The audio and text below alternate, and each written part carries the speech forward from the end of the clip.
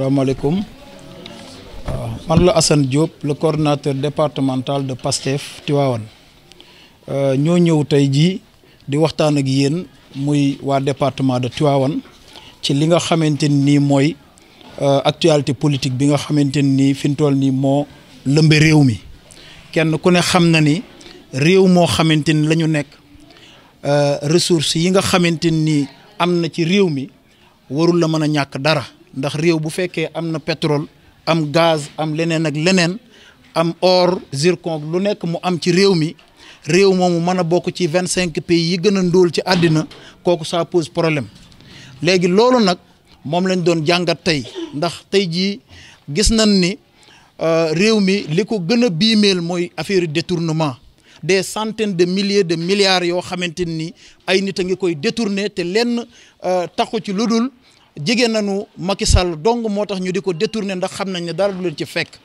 loolu nag la ñu wax ni tey jii dañoo bëgg mu dakk parce que ñun mënuñoo nekk nit ñoo xam ni dañuy am président boo xamante ni nii dafa taxawoon wax ni gestion sobre et vertueuse wax ni la patrie avant le parti mais loolu bu ngeen ko seetloo ba ci biir gestion sobre et vertueuse boobu fi mu toll nii dafa naax saay la patrie avant le parti dafa dem ba dañ koo dëpp ndax tey jii képp koo xamante ni da ngaa bokk ci Macky Sall loo mën a détourner tamit amoo benn problème da ngay tëdd tranquillement xam ne yow mii kenn du la fitnaal kenn du la sonal doo am benn jafe-jafe loolu nag wax dëgg yàlla mën noo nekk ci réew moo xam ni dan ni 25 pays yi gën a ndóol ci àddina la bokk réew moomu tey jii boo calculer woon am nañu lu nekk ba pare nag li nga xamante ni nii moom la ñu warloog askan wi dara amu ci parce que bu fekkente ni ñu ngi wax ci 94 milliards yooyu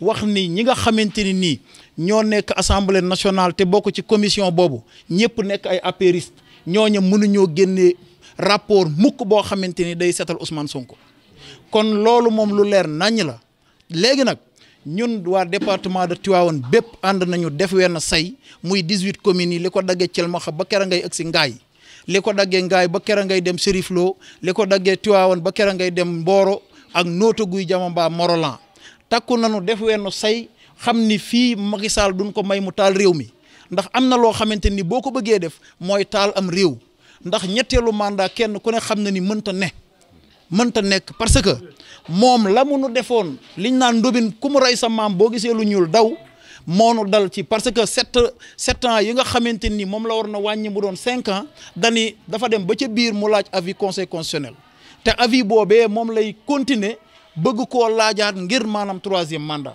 te loolu ñun dañ koy barrer la route département bi nag takku nanu comme ni ma ko waxee woon sànq taxaw ci ginnaaw le président Ousmane Sonko te xam ni injustice moom duñu ko nangu ci département bii ndax lu mu leen jaral ngir nu teg injustice ñun dinañu jaral lu ko ëpp ngir nu teggi ko kon loolu dama bëgg mu leer ci boppu Macky Sall ak ñi mu àndal ñëpp donc dama doon dolliwaat tuuti benn point di remercier ñi nga xamante ni mooy les coordonnateurs des 18 communes que compte le département de Tivaouane ñu daje woon fii tey doon waxtaane loolu ba tey jii ñu war koo jàllale ci presse bi ñëpp mën cee jot am na nag coow yi fi jiboon ñu naan dañuy wàcce ay kaamil Macky Sall jaaralul kenn muy wàcce benn aaya wala benn muu alxuraan ngir dara parce que moom ci boppam la mu waxoon defu ci dara waxuma laak nag ñu taxaw fii naan dañuy wàcce kaamil ngir diw wala ngir diw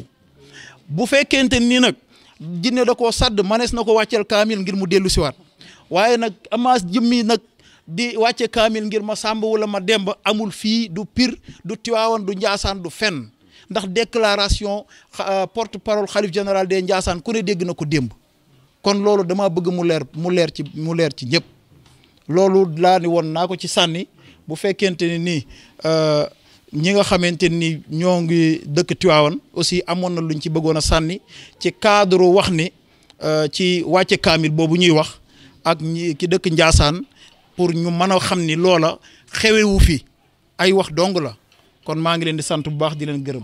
Mon nom c'est Khalifa Ababacar Sarr, secrétaire administratif du comité de pilotage de PASTEF, les Patriotes du Sénégal pour le travail, l'éthique et la fraternité. La coordination départementale des Patriotes de Tivaouane tient à remercier toute la presse, également les sœurs et frères du parti PASTEF qui ont répondu massivement à notre organisation de cette journée.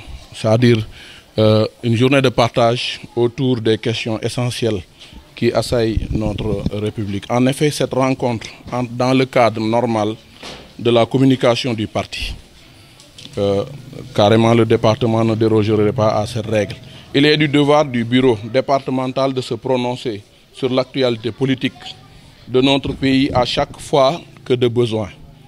L'engagement du parti et le soutien indéfectible que nous apportons au président Sonko nous a poussé à prendre sérieusement en main les questions qui nous concernent pour tout ce qui est de notre République, le Sénégal. Et particulièrement, les derniers temps, vous avez noté que dans l'affaire dite des 94 milliards, il visait pratiquement un dossier qui est déjà pendant à la justice, mais il y a 4 chefs qui pourraient être cités. Notamment, il y avait des soucis liés à la diffamation, dénonciation calomnieuse, les atteintes à la sûreté, la diffusion de fausses nouvelles, selon le code des procédures pénales. Mais nous, en ce qui nous concerne, pourquoi nous avons fait cette sortie? C'est parce que l'article 48 de l'Assemblée nationale qui avait poussé les députés à créer un statu quo dans cette République-là avait devancé la procédure de justice. Donc cet article, effectivement, devrait parler des 94 milliards. Mais dans le regroupement opéré à l'Assemblée nationale, il y a un aveu de leur rapport qui confirme les accusations du président Sonko. C'est-à-dire qu'il y avait une fausse expropriation, il y avait une fausse créance d'État qui se mutait autour aussi d'un faux acte de cessation des droits de créance portant sur le titre foncier 1451R. Il y avait aussi un faux sur la superficie relative pour l'indemnisation qui avait été annoncée sur 254 hectares alors que c'est seulement 125 hectares qui devraient être concernés. Et ces accusations, comme vous le savez, le dossier que j'ai susmentionné concernait la famille de Ndiagandoy, effectivement sur la zone Kermassar, mais appartement au département de Rufisque. Parce que quand on dit 1451R, c'est le département de Rufisque qui était visé. Il s'agissait d'un problème qui date de 1959. Et aujourd'hui, c'est en 1978 que le procès avait été ouvert autour de 23 familles qui se devaient d'avoir un acte d'appropriation de terres qui appartenaient à leurs aïeux. Finalement, il a été question d'un vandale qui s'est prononcé un jour pour dire que les terres lui appartenaient. Il s'agissait de Tahirou Sarr, mais soutenu par l'État. Et nous tous, nous savons que ce procès-là devrait être mis sur la table. Mais finalement, il s'est agi d'un autre démembrement de l'État qui voudrait effectivement saboter tout ce qu'a annoncé le président. Et le président s'est appesanti sur une légalité. Parce que c'est un paquet de dossiers depuis 1978. 2010, il a été question de dédommager effectivement la famille de Djily Mbaye, où après ce procès-là, il n'y avait jamais eu d'autre évolution, sauf effectivement rendre la légalité à la famille Ndiagandoy et consorts. Mais finalement, en ces temps qui courent, vous tous, vous savez qu'il y a eu, de ce fait, effectivement, beaucoup de saupoudrage. Et quand le président l'avait mis sur la table, il ne s'agissait même pas de parler d'intérêt de quiconque, mais il s'agissait de révéler une justice.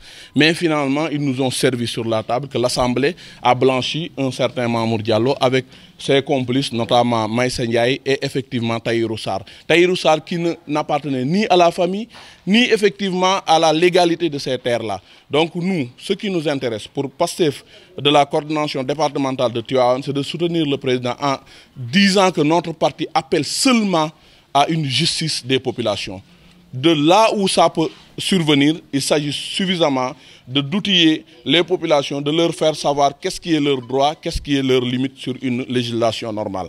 Donc effectivement, pour terminer, par rapport à ma déclaration, vous avez vu récemment qu'ils ont soulevé un autre débat. C'est-à-dire qu'il s'agit de renvoyer Sori Kaba, de renvoyer 2 magistrats du ministère des Affaires étrangères pour effectivement nous mettre une lanterne sur le 3e mandat. Et nous incitons et nous appelons le président Macky Sall à se prononcer sérieusement sur le dossier des 94 milliards, mais également sur son intention de faire ou pas un troisième mandat. Parce que ce débat interpelle la République du Sénégal.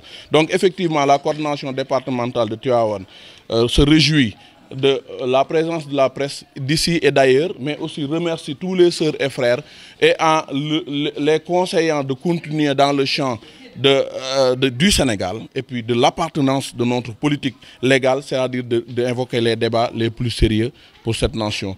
Je sais qu'on vous conviera un autre jour à une conférence plus élargie, mais il y a des dossiers qui sont aujourd'hui très latents et qui mériteraient d'être vraiment vidés pour que tout le Sénégal, et nous nous attendons à un procès juste et équitable.